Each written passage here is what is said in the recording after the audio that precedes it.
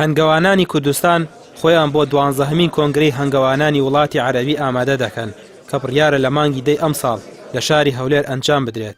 چەندین توێژینەوە لە بواری هەنگەوانیدا ئامادە دەکرێت و ناونووسینیش بۆ هەنگەوانان کراوەتەوە تا بەشداری لە کۆنگرەکە بکەن کە لە چەند مانگی داهاتوو بڕیارە ئەنجام بدرێت. ئەم کۆنگرەیە تەنها وڵاتی عەرەبی ناگرێتەوە، بەڵام ناوەکە بە ناوی وانە زۆربەی دەوڵەتەکانی جیهان دەگرێتەوە کە بەشداری دەکرێتن بە کۆمەڵێک تۆژینەوە بۆ ماوەی 3 ڕۆژ چەند لیژانی زانستی و زانستیمان هەیە کە ئەمە بەسە هەڵدەستێتن بۆ هەڵسەنگاندنی تۆژینەوەکان و هەروها پاشان ئەو تۆژینەوانی کە لایەن مامۆستانی زانکۆ یاخودانی هەر تۆژینەوەرێکە بۆمان دێتن هەڵدەسەنجێتن و ئینجا بە قبول یاخود بە ڕەفس دەکرێت ئەوە وەڵام دەدرێتەوە.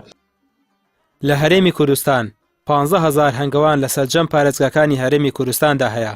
ساڵی ڕابردووش لە فیستیڤاڵی هەنگەوانانی وڵاتی عەرەبی کە لە لوبنان بەڕێوە چوو، هەنگوینی کوردستان پلەیەکی بەرزی بەدەستهێنا بەتایبەت لە ڕووی شانەی هەنگوینەوە.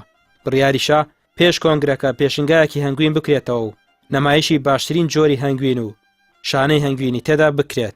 ئەو بەشداریکردانە لە ڕووی زانستیەوە زانکۆکانی جیهان و عەرەبی وەکو کار دکتۆر باسی کرد و لە هەمان شێوە باشترین کەرەستەی هەنگەوانی جیهانی لە ئەو پیشانگایی کە ئێمە ئەیکەینەوە پیشان ئەدرێت. ئینشاڵڵا لە مانگی دەی 2019 ئەکرێتەوە ئینشاڵڵا. کۆنگرەی هەنگەوانانی وڵاتی عەرەبی نزیکەی 33 وڵاتی عەرەبی و بیانی لە شاری هەولێر بەشداری تێدا دەکەن، بەڵام کۆمەڵەکە نیگەرانە لەوەی حکومەت هاوکاری دارایانی نەکردووە بۆ ئامادەکاری کۆنگرەکە و هیچ بودجەیەکی بۆ تەرخان نەکردووە. ستایشی وەزیری پێشووی کشتوکاڵیش دەکەن کە لە سەردەمی ئەودا هاوکاری باشی هەنگاوانان کرا، بەڵام ئێستا پشتگوێ خراون. ڕامیار عوسمان، کەناڵی ئاسمانی پێام، سلێمانی.